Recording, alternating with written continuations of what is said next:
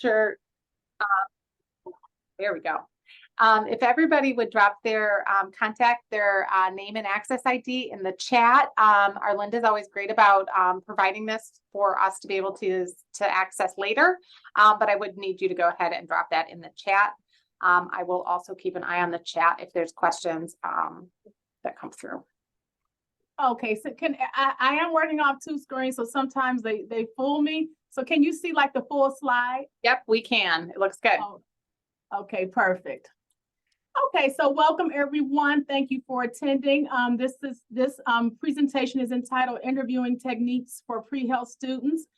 This provides an overview of general information. By no means is this completely comprehensive, but we are hoping to hoping that you have some takeaways today.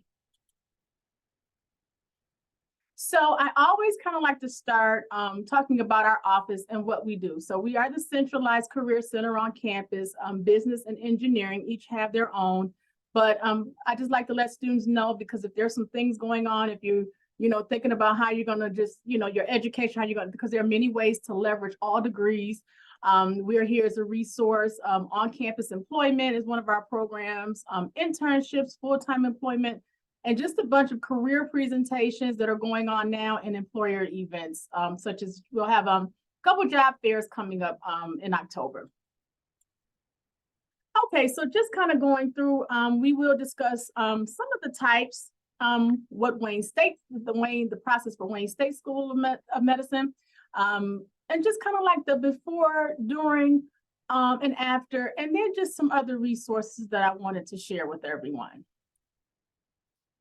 Okay, so just kind of diving right in, and I invite Laura, if she has any comments, to just come on in and add those too, because she's like definitely in the trenches more so than I am. But when we're kind of looking at some of these types, most of them will be, from what I am understanding, are virtual, but I did add that we never know if there may be an outlier. When we look at the type open versus closed, with an open interview, more than likely the interviewer does have some access to your application materials. On the other hand, with the semi-open, there may be some limited information about you, maybe some background information, but maybe not grades or test scores or things of that nature. In a closed setting, the interviewer knows very little or nothing about you, so it will definitely be your time to shine in this.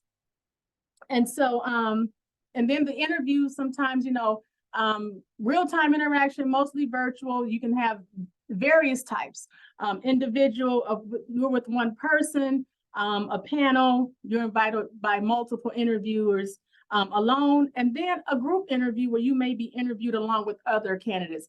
Sometimes that panel and group may come up to be a little bit interchangeable. Some of the other things that I want to mention, and I'll talk about a little bit more, are the MMIs. Could be basically, for example, maybe 6 to 10 interview stations, and each station could be focused on a different question or scenario. And these MMI interviews are designed to actually, to measure a lot of the competencies that we'll talk about a little bit later. I just kind of wanted to go over some of these asynchronous ones where some of the questions are pre-recorded, and then you will actually be talking to the systems and providing pre-recorded responses. I'm sorry, you will be providing responses that will be recorded, but the questions are pre-recorded, excuse me. Okay, so just looking at, I had a chance to reach out to someone in the School of Medicine to talk about, what the process is with Wayne State's School of Medicine. I did learn that they are all virtual. The first one is typically going to be with the faculty member, the second with the medical student, and the third, a series of 5 MMI interviews that are 6 minutes each. And as I mentioned, many schools are going to continue to interview virtually. And so these are the general things here. As I mentioned, I won't read them all, but research is going to be so important. Learning about the interview process. I will be talking. There was if you're not familiar, I'll talk about one of the YouTube resources that I found later. reviewing your CV and application materials just to, because as we move along, these are fluid documents, so they can change. Maybe you're going to start a research opportunity, or, maybe something has changed. So it's good to review those and keep those up to date. Making sure that articulating your interests, because what I think is going to be very important in this process is being able to share solid, detailed examples of past and current experiences. Being able to speak about your knowledge and your motivations, and practice. I'll do a quick demo of the big interview tool that we have through Career Services, and admission. There is a module in there for admissions programs. And of course, what I've heard, from someone is not to memorize responses, and knowing what's going on in your field of interest or your specialty is going to be important. And then having some questions prepared for the interviewer. So those are some things as you think about beforehand.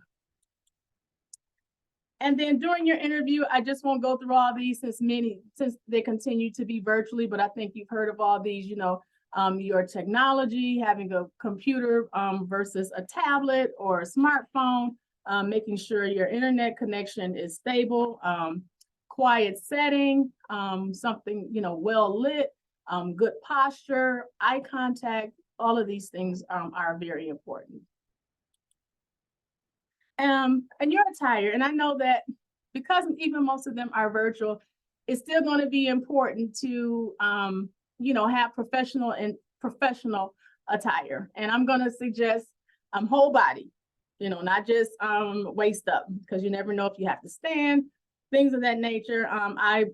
Me personally, I'm going to suggest dressing reasonably conservative. I'm not saying that everyone has to go out and buy like a three-piece suit or things like that, but I think it's going to be utilizing your best judgment. Even if there's, like, for the gentleman, if there's not a suit available, maybe a tie, a solid color shirt. So you just want to be prepared on that front.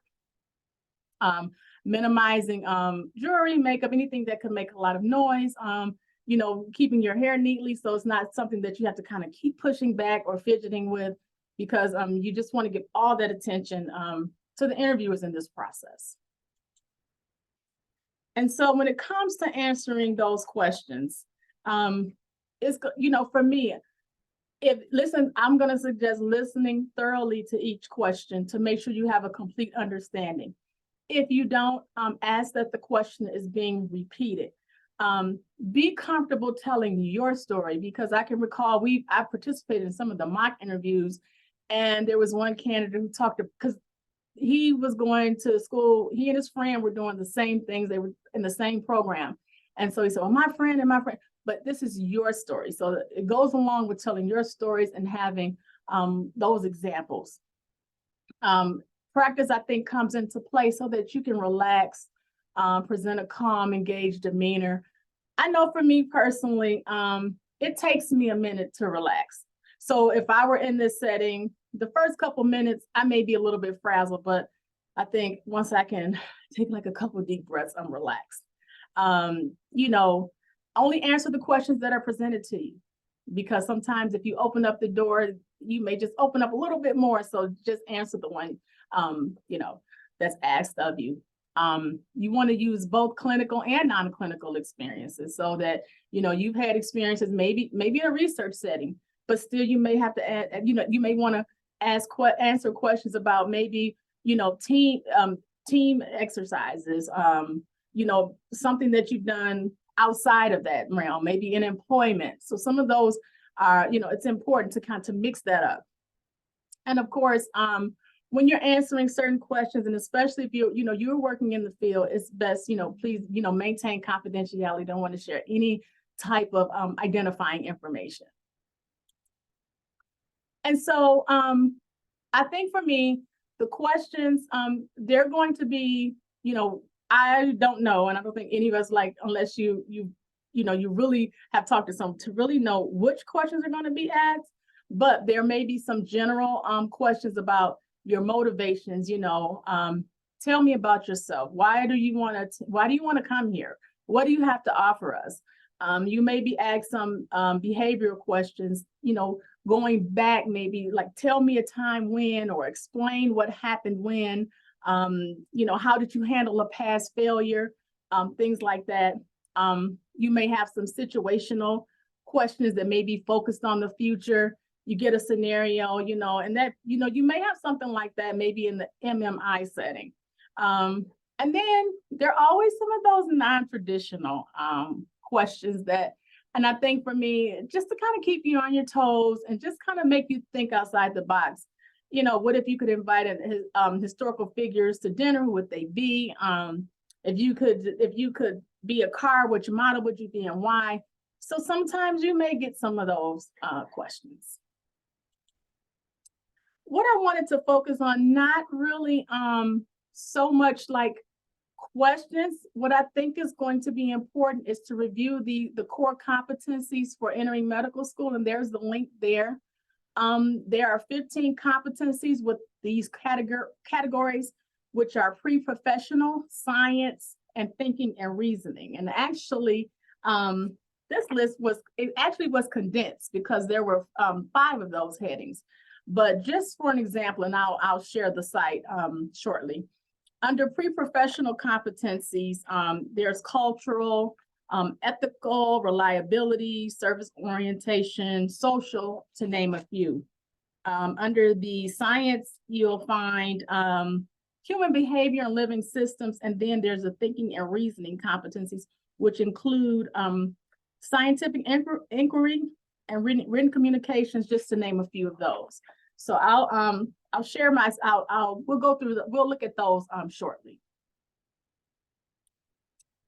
So after the interview, of course, it's going to be important to have your questions to ask, because I do believe that it is an expectation that you will ask questions.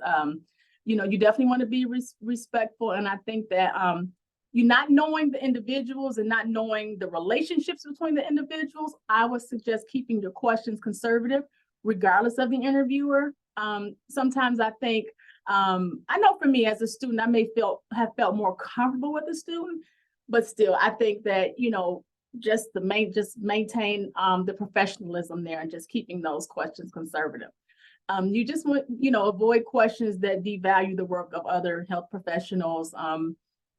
Yeah, I recall doing a mock interview and I kind of cringed because the candidate said, well, my specialty is better than that, because, and I'm like, oh, don't say that in an interview.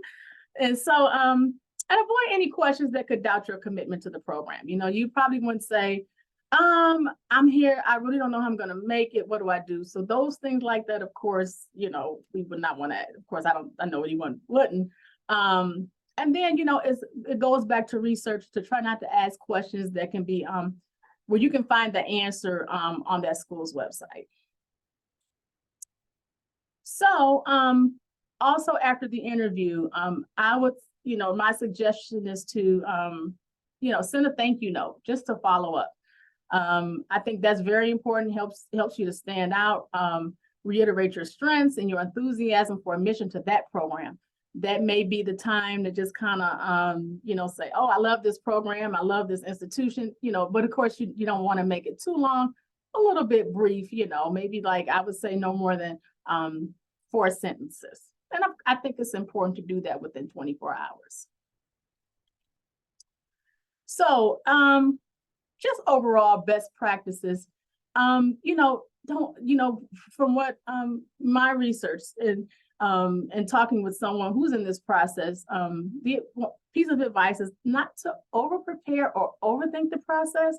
You have to definitely go through all of the steps, but I think it's going to be important to be yourself, at the same time being passionate and motivated, and expect that questions, and especially based on your answers, may progress over the duration of the interview. So I think a couple of years ago I did this. Someone had asked me which questions are prohibited. So I don't know for every single school, but I know that the Equal Employment Opportunity Commission, these are prohibited questions. So age or genetic information, disability, sexual orientation, marital status, race, things like that are things that I don't believe should be asked in an interview setting. Although Laura may have some thoughts on that when we're done. I don't, so those are the ones that I came up with. Okay, so what I wanted to do, and I know I talked fast because I wanted us to have enough time for questions. Let's see here. So I'm gonna stop sharing for a moment. Okay, so Laura, should we continue? I'm gonna just do a big interview demo. Is that okay while we, okay. So let me share that.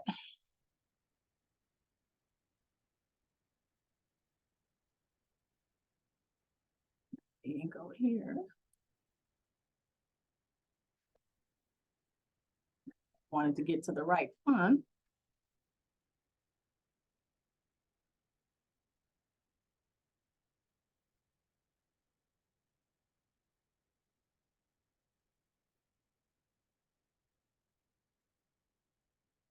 Okay, so are you able to see the big interview screen? Okay, yes. Great. Okay, so I have logged in, and the website it's listed here. It's listed under the resources there on one of the slides towards the end.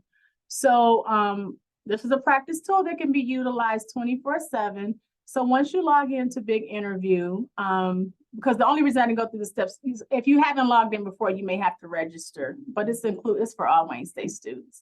So I will go to interviews here, and then I will go to practice sets, and then I will go to admissions. And then there are many categories here. So if I were just gonna go to medical school here, there are quite a few here. So we encourage you to utilize that. Of course, Career Services is a resource, and we will have mock interviews going on, but there'll be more general mock interviews. But this is a resource definitely that you can practice with, and then you can actually get some feedback. So I won't go into all of these at this point. Another thing that I wanted to share, another resource is, I'm just going to stop sharing here. Let's see.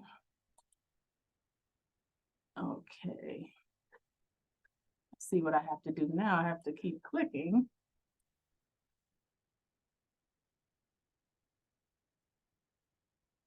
Okay. So this is, and I did have, this is on the slide as well. This is the AAMC Today. I think this is going to be a useful resource if you're not already aware of it.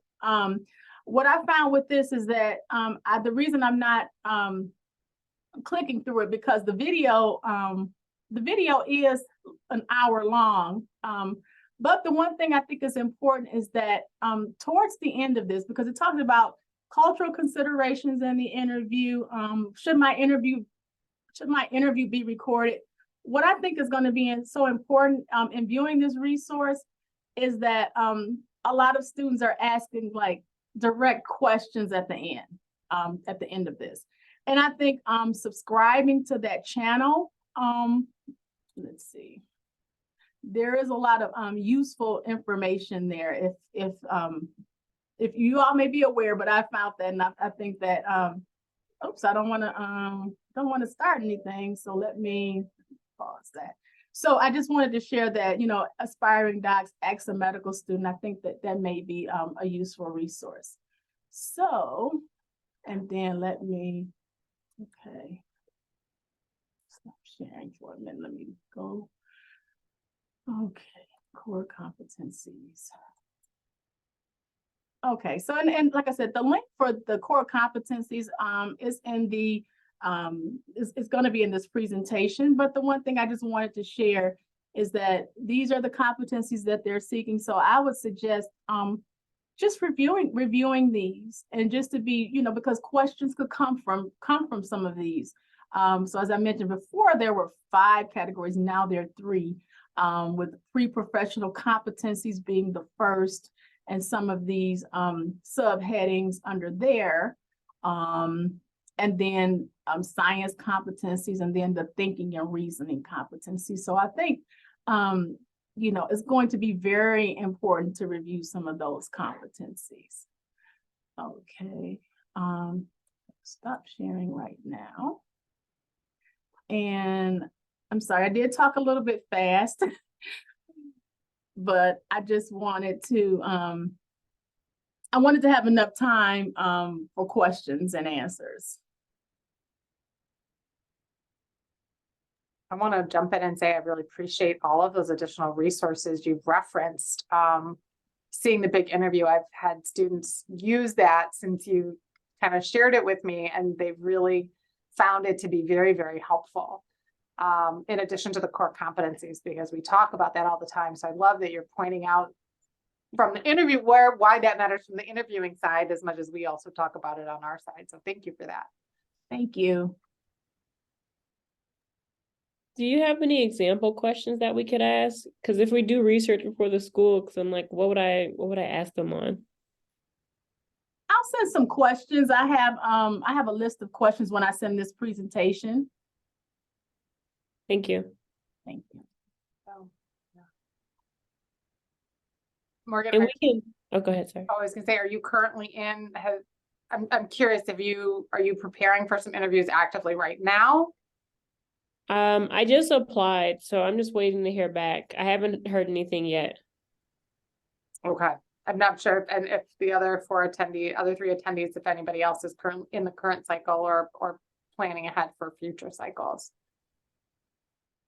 I just applied to dental school over the summer, and I heard back from one school about an interview, and I'm kind of just waiting. So prepping and waiting.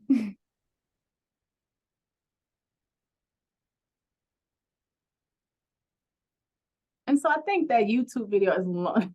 It is an hour. Nobody may not watch it, but I like that they are asking, they are doing like a mock interview and kind of going over some of the popular questions.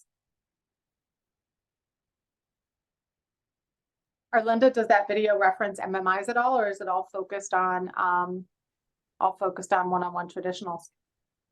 I believe I didn't have a chance to look at all of it, but I think that there is one, because it's a PowerPoint. So I think there was one section that, if I recall correctly, to look at that.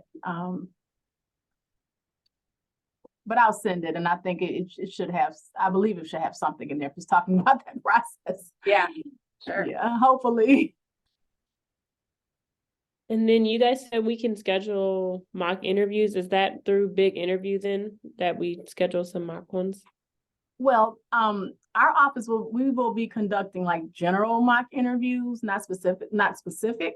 But if there's a mock interview, you can feel free to reach out to me or someone within our staff, and of course we would do the best to accommodate in that process. Okay, thank you.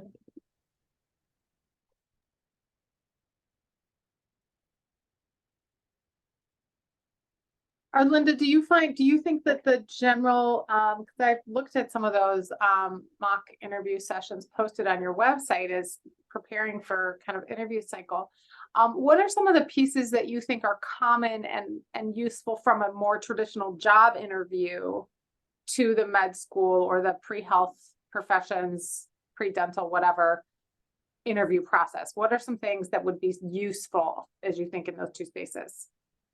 I think because the interviewers are actual company representatives, so they probably have worked in human resources and are asking these questions, and they give feedback. I think one thing that's important is kind of knowing that, tell me about yourself, and how to frame that question. Because I think there's an example in the video where the one person is giving their whole life story, how they moved around and they started college here and things like that. So I think just getting that feedback for that, and then just the practice, the back and forth, the questions, the eye contact, all of those things can translate to to any type of interview, some of those basics.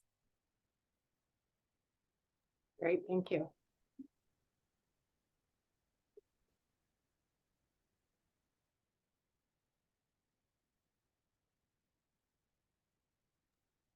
have been advised for interviews that like they give you a question, at least for weighing, you need to have three points ready. Don't just give 1 point and then try to use up the whole time. Would you guys recommend that? Is that for, I'm curious, is that for traditionals or MMIs that you're saying? Traditionals. Okay. And they're like, if they ask a question and I don't know, I can't think of the example that they gave me, but they were like, and maybe they give me some type of scenario of like, if somebody's going through something and then you give 3, you should be addressing it with 3 points, because they say like, this is with the interviews with, a random person that you don't know. And they have questions on a sheet of paper and they have like 3 points that they want to see you hit. That's the MMIs. Oh, that is MMIs. Okay, sorry. Yeah, that's the MMI format, which on the slide that Arlinda had up, which was it talked about situational and behavioral. Those are the kinds of questions you're most likely to get in MMIs, are like the ones she had in the example. One was something about like you walk into an office and the phone's ringing and people are upset, and you know, how do you prioritize this? Tell me how you address it. And then the other one was, I don't remember what the other one you had on your example, what I literally just saw it, but I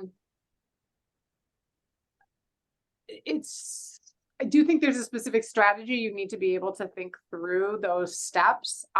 If you do some research on doing behavioral and situational tests, you'll find some of it. And we've been practicing in small group advising, kind of throwing around questions to practice MMIs. If it's something you want to do, Morgan, just joining a small group advising, we've been kind of throwing out a question and then talking about your people's approaches to answering, because I think it is a different strategy than the one-on-one kind of way you approach things. Mm-hmm. Because they are looking, yeah, like you said, they do want to know multiple points of consideration. I know Wayne State School of Medicine specifically for MMIs does have a list of like follow-up questions that they might be prompted to ask you. If you haven't hit their points. So that's a thing to know too, as you approach your answer. Wayne's questions tend to be a little less complex because it's that 6-minute time frame. So it's only 1 minute to think. So they are giving you something that are more in those pre-professional competencies, really focused on kind of how you deal with other people. As much as anything else, at least historically, that's what the trend has been. They haven't sent out any invitations yet this year, so we will see what this year's cycle looks like. I don't know. Okay, sounds good. You know, also, are you familiar with the preview exam, like the newer exam they just added? Yeah, so the preview exam is a rebranding and a remarketing of what was called the it was the AAMC SJT, AAMC Situational Judgment Test, and they've rebranded it. It's have you taken it, or you haven't taken it? I've taken it, but their questions, so that's like the professional readiness type of question, the situational questions, but how they want you to answer them, I don't know if that's how they would want me to answer the question of when you get the MMIs. No, because preview is a written test and it uses that Likert scale to rank responses. What I like about that is as you read the questions and you read the sample, the various ways you can respond, it can help you develop kind of a threshold understanding of like what might a good response, what something someone might say that would be a terrible response and something someone might say that would be a good response. So it can help you kind of inform how you approach them. I think if you have to do preview, doing it before you do a real MMI is a great thing. Casper also is set up to do similar in that it's another situational judgment test. They've got practice questions that you can do there. So it's very, very different. The structure of preview is very, very different than any other situational or standardized interview format you will see because they do use a Likert scale. It's not free response. Everything else is free response. It's just how they when I took it, the way they want you to answer the questions is just seem more unrealistic. So that's why I was like, I'm not sure if they would want that. What do you 'Cause mean? like some of the questions were, okay, you're given a situation, and then they would say, always go to the authority in this situation. But sometimes I'm like, it might be better as a student to handle the situation student to student. Or another one might be always report somebody. And I'm like, well, sometimes, this would be the better way to do things. That's why I was like, I don't know if they would in the actual MMI, would they lean towards more preview? Preview was like always help others, even if it's to the detriment of yourself. And I'm like, I don't know if like schools would want you to answer like that. I don't know that preview is structured to do that because it's unless you saw I mean, they don't give you a score report, so you don't know if you answered the best answer, right? Because No, this was based on I took the real one, but based on, I saw the answers for the practice that they give you. And so when I was like preparing for it, I was like getting an idea of how they want you to answer the questions. That's just my opinion. I always felt like it's always to help somebody towards the detriment of others or towards yourself. I mean, I don't know that I that's interesting. I hadn't considered that perspective, I guess. I would say the advantage of having an MMI in the more conversational format is that you can be more nuanced. You can say things like, I understand that the policy is mandatory reporting, but here's what I see that makes that more complex. I'm having to deal with a supervisor in this mandatory reporting. And so I'm going to put myself at risk if I have to report them. So knowing that, I might try X, Y, or Z other ways. And even I tend to be a verbal processor when I think through these things. Even that willingness to share how you got to your answer as you work your way through it, I think is valuable to I think there's an idea that you have to like say, this is what I do and this is why I do it. And then that's your answer. But I think acknowledging the nuance embedded in many of these situations is a great way to go because it shows you're a good critical thinker and that you see shades of gray and you're not just a black and white thinker. Okay, got it. That makes sense. Thank you. And then you also said I can sign up for small groups and then there's sign up for like general mock interviews. Is that on like the career website? For mock interviews, for specifically for an in-person, you could just reach out to me and we would arrange a time. There's nothing on our website because what we typically have is our mock interviews are typically for employment. So there are going to be some coming up on our website, and that's going to take place usually within a certain time frame. So if you're interested, you can just reach out to me because if I'm not able, I can definitely ask one of my colleagues, or we can both do it together. What's your email? I just put it in the chat. Thank you. So that's Arlinda's email. Go ahead. No, go, yeah. For Sorry. group advising, we do group advising on Thursdays from 11 to 12 here in the University Advising Center. Sometimes they're on Zoom though. Actually, as I look at the schedule, we're coming up to a Zoom week this week and next week. And that's really kind of what are the conversations, what are the things that are on people's minds that are that they're just thinking about and want to talk through. Last week, we spent some time talking about some sample MMI questions because somebody was doing an interview this week. We also looked at some sample applications.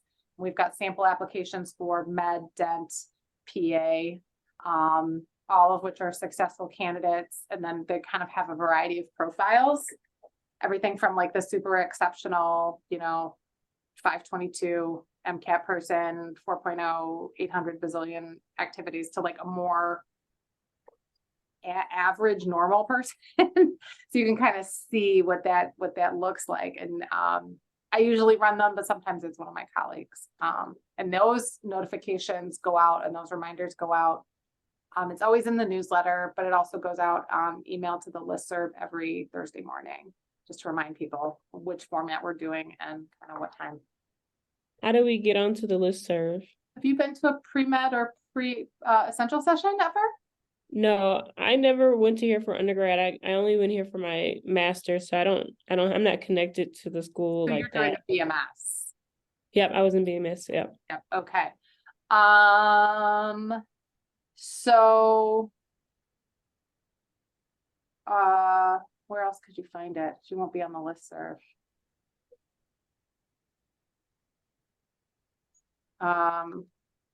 Did you drop your access ID in the chat or just your, Let me put my access ID. yeah, if you put there, I'll make sure you're on the listserv. So, cool. Yep, I'll make sure that you get added. Hopefully everybody else is getting that newsletter. And the various things that come out in the whatever, in the pre-med or pre-dental or whatever posts. So, Laura, I would like to ask you, I think that we talked about this in previous years, and I know that there were some questions that you say that maybe in addition to what was on the slide, that maybe a med school should not, the questions that may not should be asked in these interviews. Yeah, you know what, you said that and it, yeah, reminded me, we had talked about before, sometimes interviewers, especially if they're like maybe faculty or alumni of the program and maybe aren't like really tuned in and trained and up to date. We've definitely had students report that they've been asked, like, what other schools are you applying to?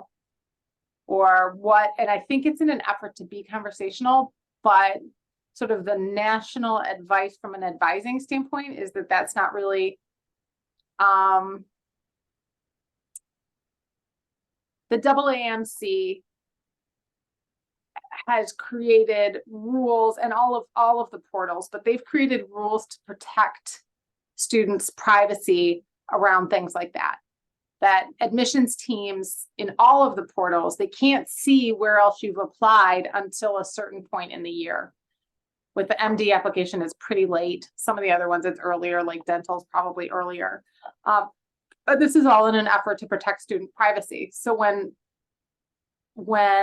an interviewer asks you that question,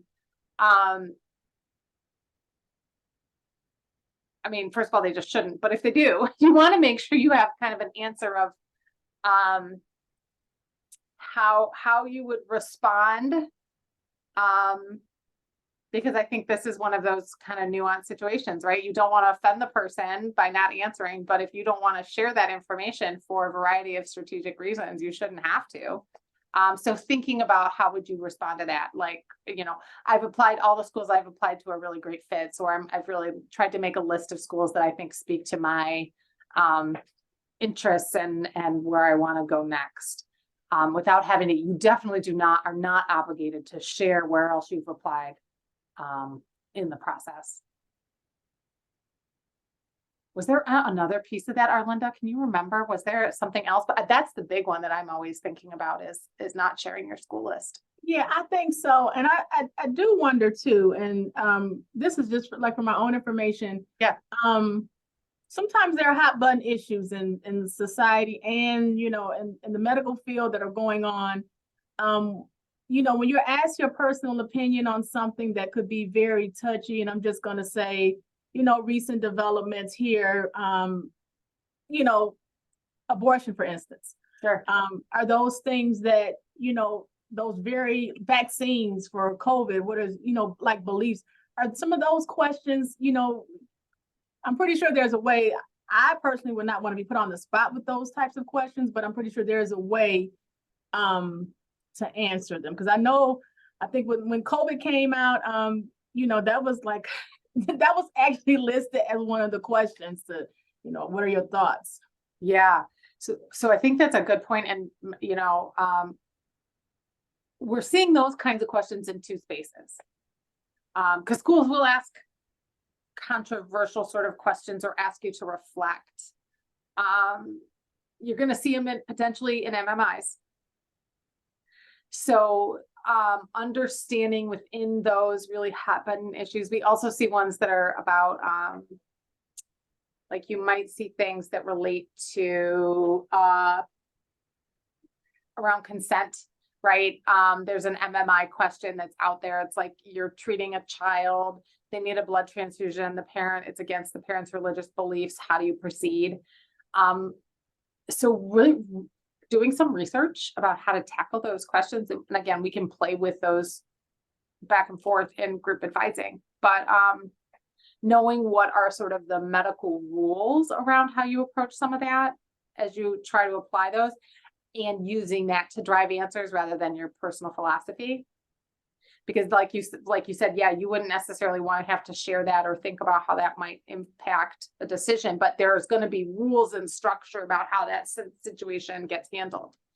The other place we're seeing it, and we definitely saw it this year, like at Michigan State, at Wayne State, the secondary essay questions.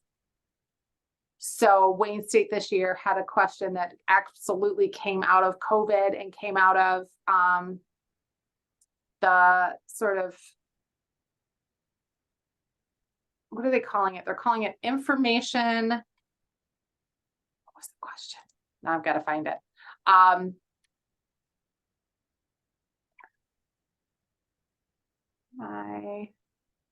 There it is. All Michigan schools, 23-24 cycle. So this year, Wayne State School of Medicine asked two things that I think really are those kinds of questions, which was, how would you address the inconsistencies between medical information and disinformation?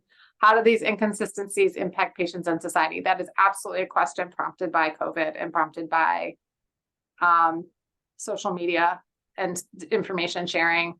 So I think what they've done, and hopefully what you can do, is looking at the way a question's phrased. Is this asking you to say, I believe in vaccines or I don't believe in vaccines? No, but it's asking you to talk about the issues around those conversations. So thinking about it in that way. And then Michigan State asked,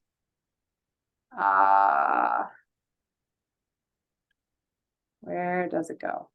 Oh, American society has been reckoning with a variety of systemic injustices throughout its history. Considering your life experiences up to now, share your thoughts and perspectives about this statement. So it's real broad. You can choose how you define that. But I do think that it is important to be careful and strategic. I think those questions can also sometimes inform you about whether or not you're really a good fit for that school. You know, you might go through the process and get in and realize through that interview cycle that, like, I know this is not a good place for me. I have two questions. So with addressing those hot topic issues, like, let's say if it was something like abortion or something, what could you say that would like be not good for that interview if they ask you, like, what are your thoughts on it? I don't know if they want you to go a certain way, like, I don't know how you would address that. And then my other question is, how do we address academic discrepancies? Like if you have taken a W, or something like that, or you didn't have like a, what's it called, GPA increase? GPA. Yeah, trend, yeah. Yeah. So I would say about the first one, the hot button issues, I think there's a difference between saying, I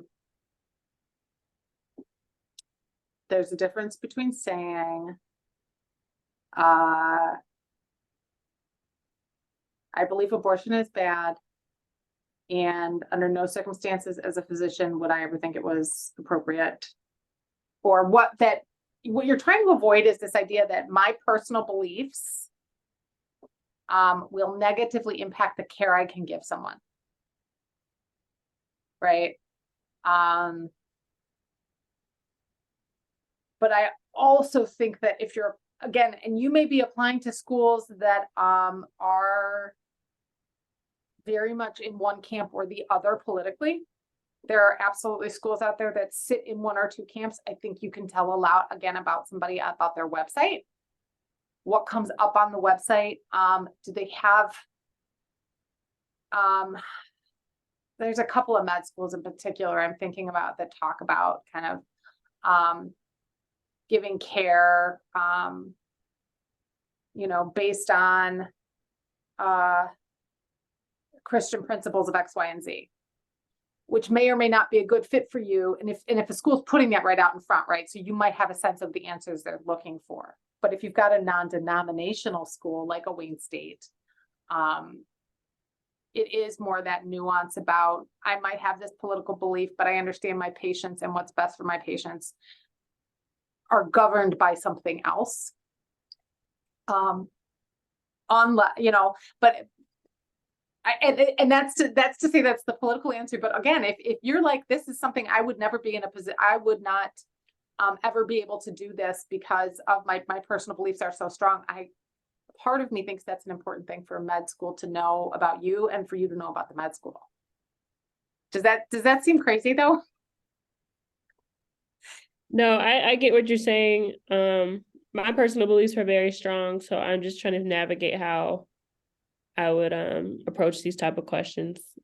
I think the place where I've had better, I think that issue in particular is really, really, really challenging.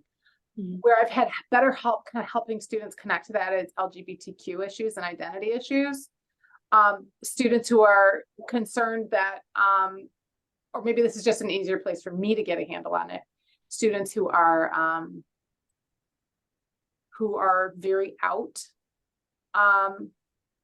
and are concerned about sharing that with the school because they might be judged negatively. What I usually say to them is, if that is the case, you probably don't want to be at that school for 4 years. Okay.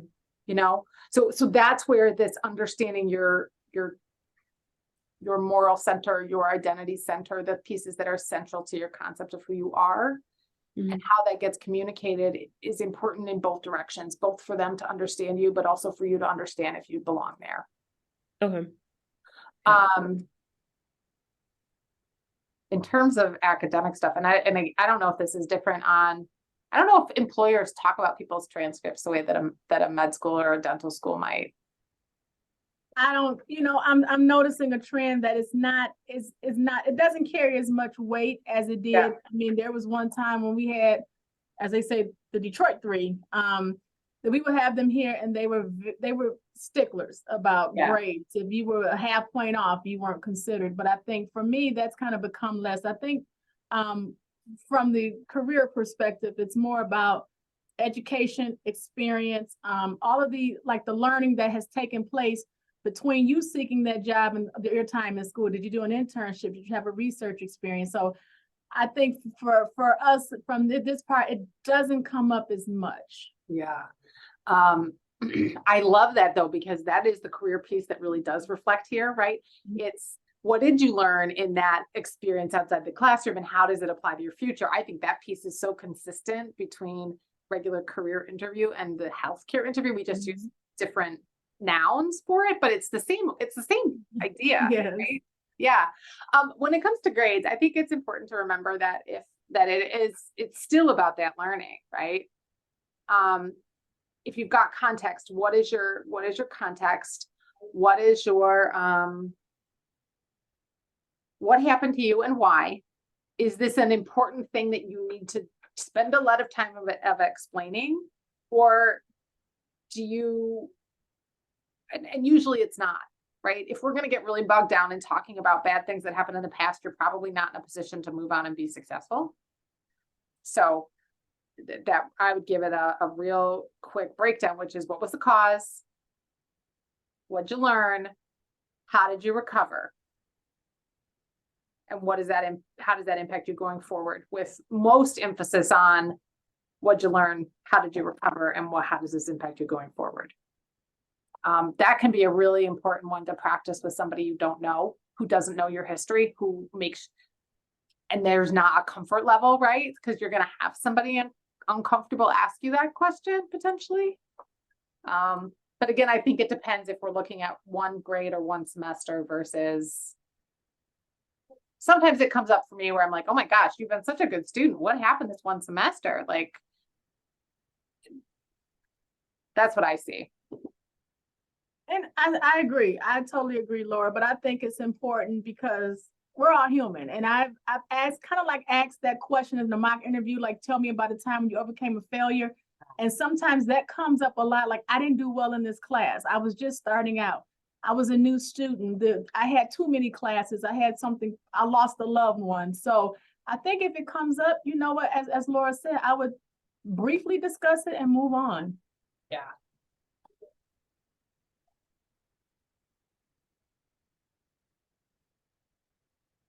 Thank you both so much. I'm looking forward to meeting you guys again. This is really helpful, so this got me excited. Me too. Thank you, guys. Thank you. For coming. And thank you guys. I don't really have any specific questions, but this was helpful. Thank you. Have a good one, you guys. Thanks, You too.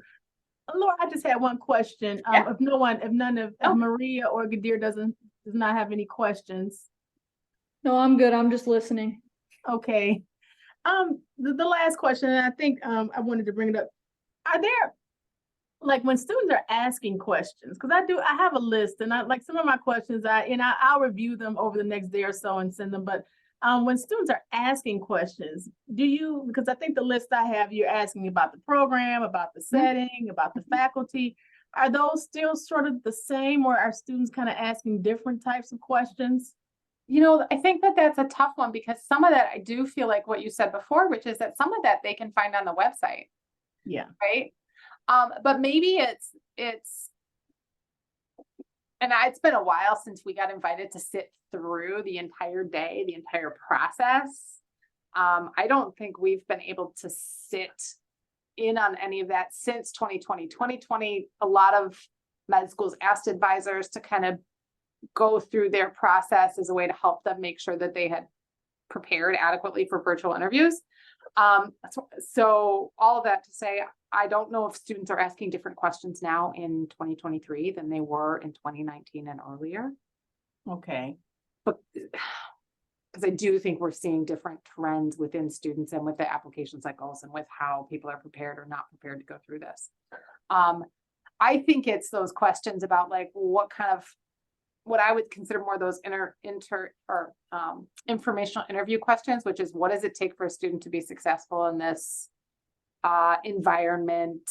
What's your favorite thing about being here? You know, those kinds of questions I think are good multi-purpose, and they're not things that will turn up that can get answered on a website. So that's the kind of thing I think are good to kind of have in your back pocket.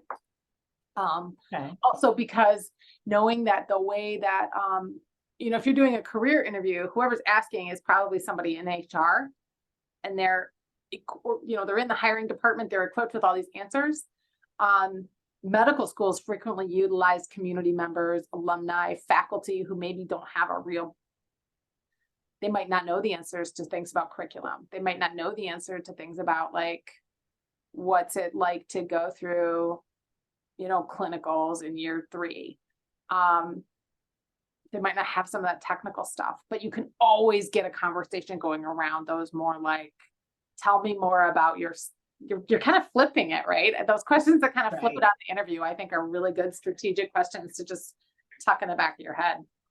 Those are some of the same, I think when I looked at it, some of the same questions we tell students to ask in an employment interview. You want to show your interest, yes, in the company. So in this case, they're showing their interest in the program.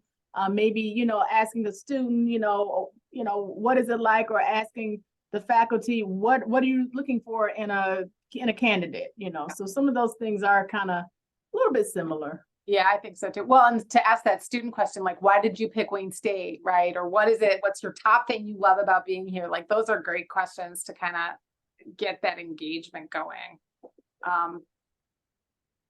Traditional interviews are all about building rapport, right? They're all about connecting, figuring out how to connect with your interviewer, even if it's just for that short amount of time. So anything that you can do to build that, I think, is great strategy.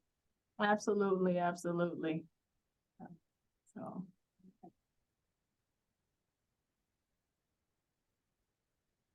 Okay.